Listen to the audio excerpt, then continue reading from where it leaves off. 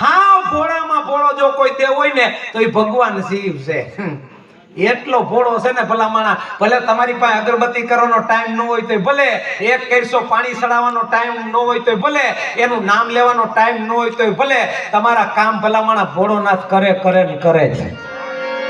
એનો એક જ મિનિટનો પ્રસંગ, સત્ય ઘટનાનો પ્રસંગ કહું કે ગાંધીગીરની માલિપા જોજો ભગવાન ભોળોનાથ કેવો છે ને કે ગાંધીગીરની માલિપા એક જ એમ કહેવાય કે ચારણનું નેહડું, અને ઈ ચારણનું નામ રામભાઈ. અને મિત્રો, ચારણ ગાયું સારવા નીકળે, ભેવું સારવા નીકળે, અને એક વડલાની હેઠે નાનકડું શિવલિંગ ભગવાન ભોળાનાથનો. કોઈ દી ઈ ચારણ ભગવાન ભોળાનાથને કોઈ દી પાણીનો લોટો નહીં ચડાવવાનો, કોઈ દી અગરબત્તી નહીં કરવાની, કોઈ દી નામ નહીં લેવાનું, પણ ઈ ચારણ બરોબર શિવલિંગ પાસે નીકળે ને ખાલી એટલું જ બોલે કે મહેશ હું રામ, કારણ કે ઈ ચારણનું નામ રામભાઈ હતું.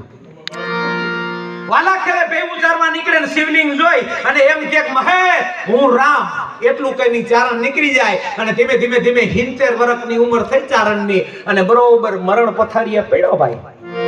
બરોબર જમને જીવને વાત આલતી હતી, આખી જિંદગી એમ કહેવાય કે મેં શું રામ કરતું કોઈ ચારણ. અને બરોબર જીવ જવાની તૈયારી હતી ચારણની. ધીમે ધીમે ધીમે આંખો બંધ થઈ, આખી જિંદગી એમ કીધું તું મહેશ હું રામ. અને બરોબર જીવ જવાની તૈયારી હતી ને, પાછળથી એક અવાજ આવ્યો કે રામ હું મહેશ. અને ભગવાન એમ કહેવાય ઈ ચારણ ઝબકી ગયો, કોહો અડધી રાતે મને કોણ બોલાવે, અટાણે મને મારું મોત બોલાવે. બરોબર આમ ધીમે ધીમે ધીમે આંખોના પોપડા આધાર કર્યા, તા તો ભગવાન ભોળોનાથ દાદો શિવ ખડખડા દાંત કાઢતો હતો. અને ત્યારે ઈ ચારણે એટલું કીધું બાપ આવી ગયો.